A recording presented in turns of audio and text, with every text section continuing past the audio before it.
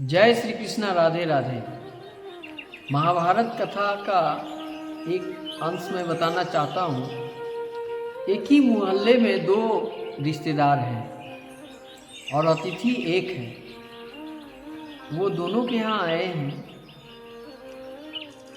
एक के यहाँ 56 भोग बना हुआ है और एक के यहाँ दाल भात साग भात या दाल रोटी मात्र बना हुआ है। लेकिन दोनों जगह में थोड़ा फर्क है। एक जगह जो बना था वो दुर्योधन, जो धृतराष्ट्र राजा का पुत्र हैं और राजबाड़ी का ससम्मान सहित अतिथि को आदर सहित कहा गया कि आपको मेरे महल में स्वागत है, आपके लिए 56 भोग प्रस्तुत है, आप आसन लगाएं और ग्रहण करें। वो अतिथि कोई और नहीं थे, वो श्री कृष्ण परम ब्रह्म परमेश्वर थे। और दूसरा जो रिश्तेदार थे वो थे जिनके यहाँ दाल रोटी और साग भात बना था। एक साधारण शुद्ध शाकाहारी भोजन था। हालांकि दोनों के घर में शुद्ध शाकाहारी भोजन ही था, लेकिन ये घर था दासी पुत्र विदुर जी का घर। तो श्री कृष्ण सोचे कि मैं कहाँ भोजन करूं।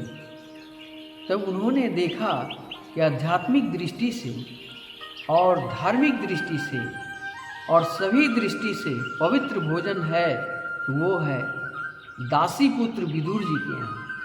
और वो अंत में विदुर जी के यहाँ ही भोजन किए और वहाँ सप्रेम सत्कार लिए। चूँकि श्री कृष्ण आए थे कि महाभारत का युद्ध न हो और उस संधि का प्रस्ताव लेकर आए थे कि अगर आप लोग युद्ध न करो तो बहुत अच्छी बात होगी। लेकिन दुर्योधन इस बात से राजी नहीं हुआ और मौन रूप से धृतराष्ट्र भी दुर्योधन का सपोर्ट करने वाले थे। इसलिए तमाम दुनिया से मैं ये कहना चाहता हूँ कि पिता बनोगे तो धृतराष्ट्र जैसा पिता मत बनना और गांधारी जैसी माता मत बनना। कि गांधारी जी को आंखें तो थी लेकिन पति अंधा तो थे, उसके लिए अपनी आंखों को पट्टी बांधकर वो भी अंधी हो गई। और अपने पुत्र के जितने भी पुत्र में जितना अहंकार और जितना महाभारत युद्ध होने में जितना भी कारण की ज़रूरत थी, वो सारा दुष्परिणाम होने के लिए जितने भी कारण की ज़रूरत थी वो दुर्योधन में कूट कर भरा था। वो किसी का सुनने वाला नहीं था। तो इस प्रकार का श्री कृष्ण वहाँ पर भोजन नहीं करते हैं। इस बात से एक मैसेज मिलता है मेरे सनातनी भाइयों कि अगर तुम जिंदगी में किसी के यहाँ अतिथि बनकर जाते हो तो देखो कि वो विदुर जी का घर है या दुर्योधन का घर है। तो दुर्योधन प्रकार के घर वाले लोग के घर में न भोजन करो, न रिश्ता करो, न वैवाहिक संबंध करो, न कोई किसी प्रकार का उनके साथ रिलेशन रखो। अगर इस तरह के रिलेटिव आपके पास हैं तो उसको तुरंत डिलीट करो, वरना तुम आपका ज़िंदगी कभी सुखी नहीं हो सकता। फिर महाभारत का युद्ध निश्चित है। क्या आप जिंदगी में महाभारत का युद्ध चाहते हो? क्या जिंदगी में अशांति चाहते हो? जीवन में नरक चाहते हो? तो ऐसे परिवार का 56 भोग को लात मार दो और जहाँ सूखी रोटी दाल रोटी मिलता हो, जहाँ साग भात मिलता हो, लेकिन वहाँ आध्यात्मिक हो, जहाँ भक्ति हो, जहाँ श्रद्धा हो, वहाँ भोजन करना, वहाँ रिश्तेदारी करना, वहाँ आना जाना करना, वहाँ लेन देन करना। इसी जगह इंसान धोखा खा जाता है।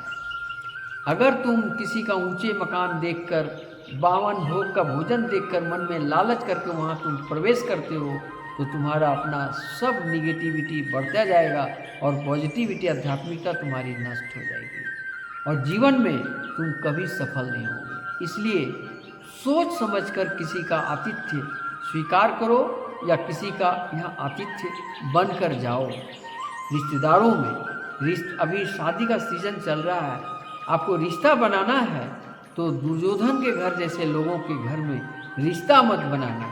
विदुर भाई के घर, विदुर जो दासी पुत्र विदुर महाज्ञानी थे और भक्ति मार्ग में थे, उन्होंने अंतिम समय महाभारत का युद्ध समाप्त हो गया, कौरव मारे गए और पांडव का जीत हुआ, 5 पांडव का राज स्थापित हो गया। उस समय विदुर कुंती, धृतराष्ट्र, कंधारी सबको लेकर जाते हैं और हरिद्वार में जाकर के उनका वहाँ पर नौमिषारण्य के किनारे वहाँ पर यज्ञ हवन करते हैं, वहाँ श्रीमद् भागवत कथा का श्रवण करते हैं और बाद में चलकर उनकी मुक्ति मिलती है।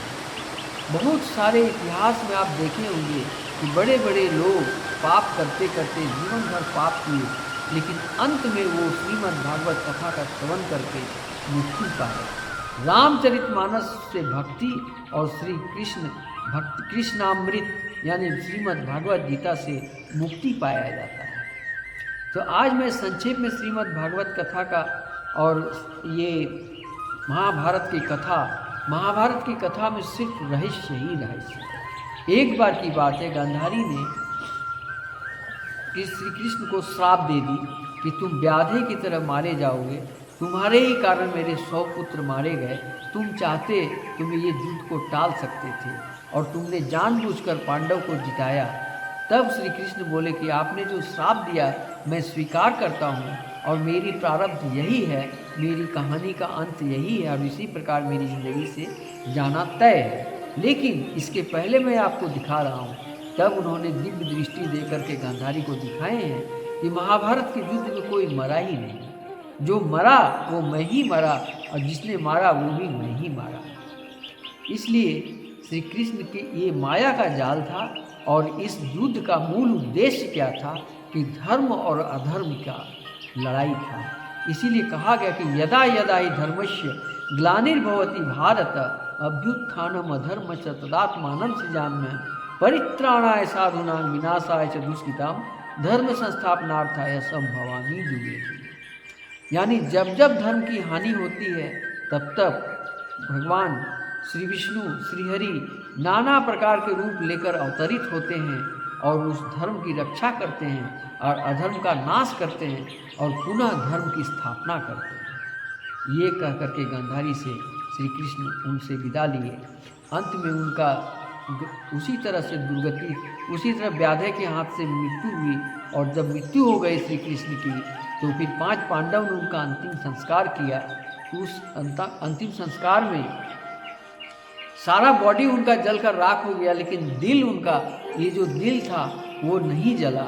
लास्ट में जब वो लोग हार गए, नहीं जल सका, तब उसको समुद्र में फेंक दिए। वही बहते बहते वो दिल एक लकड़ी के रूप में परिवर्तित होकर के उड़ीसा के किनारे पहुंचा और वहाँ के राजा को उन्होंने स्वप्न में दिखाया कि मैं श्री कृष्ण बलराम और सुभद्रा तीनों में आ गया हूँ, मेरे मंदिर में स्थापना कराओ।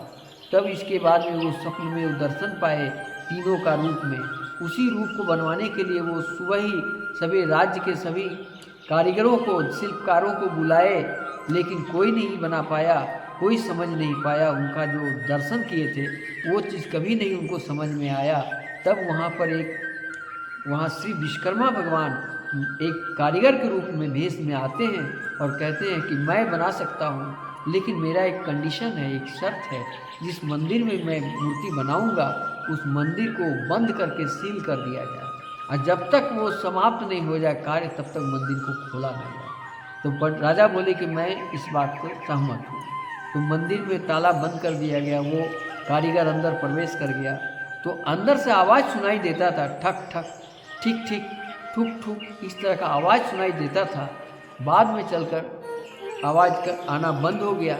एक दिन बंद हो गया, 2 दिन बंद हो गया, तीसरा दिन बंद हो गया। तो राजा को बहुत चिंता हुई कि कारीगर आखिर क्या हुआ, कारीगर का क्या हुआ, कोई आवाज़ नहीं आ रहा है। तब उन्होंने दरवाज़ा तोड़ दिया तो मूर्ति तो बनकर तैयार थी जैसा वो सपने में देखे थे, लेकिन वो कारीगर का कहीं अता पता नहीं था, यानी वो अंतर्ध्यान हो गया। ये बहुत चमत्कारिक घटना है और यही देवता का स्थापना होने के बाद में वहाँ कहा गया श्री कृष्ण का दूसरा रूप हुआ जगन्नाथपुरी धाम के नाम से जाने जाते हैं। और आज भी श्री कृष्ण जगन्नाथपुरी धाम में बिल्कुल एकदम सहृदय साक्षात विराजमान है। आप कोई भी मनोकामना लेकर जाओ तो वहाँ आपको श्री कृष्ण से मुलाकात हो जाएगी। दूसरी बात, जब व्याधा ने मारा उससे पहले अंतिम बार राधा से मुलाकात किए थे श्री कृष्ण। तो श्री कृष्ण बोले राधा से, हे राधे, मेरा जब भी याद आए, मैं तो जा रहा हूँ, अब हमेशा के लिए जा रहा हूँ, तो जब भी मेरी याद आए तो मेरी बांसुरी बजा लिया करना। तो बांसुरी दे करके राधा को बोलते हैं। तो राधा बोली कि हे माधव, हे गोविंद, ये बांसुरी तो कभी बजेगी नहीं। क्यों?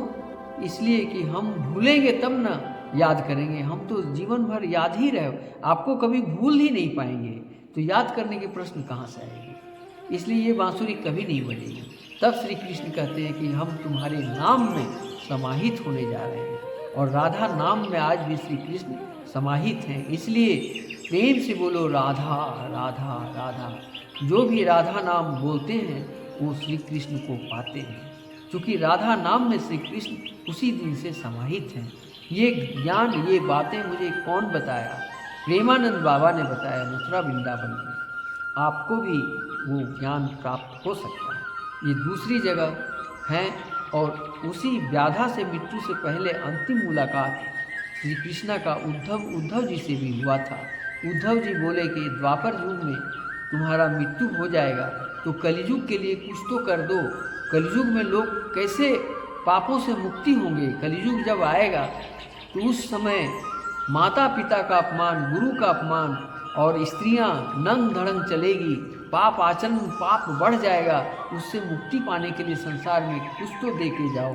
तब उन्होंने एकादश स्कंद पुराण बताया, लेकिन उससे उद्धव जी खुश नहीं हुए, संतुष्ट नहीं हुए।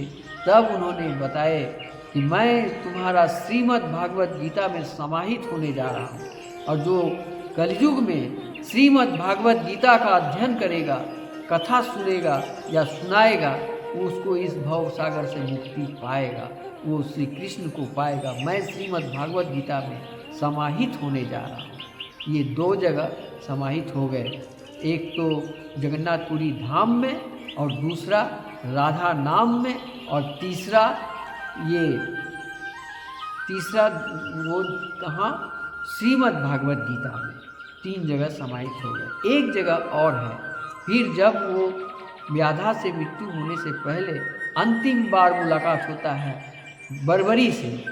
जो बर्बरी थे उनका सर कटा हुआ था, वो सारा महाभारत कथा को अपनी आँखों से देखे थे, और वो बहुत ही उनकी इतनी गुणगान है जिसकी मैं अभी प्रशंसा नहीं कर बता सकता, उनकी इतनी महत्व है।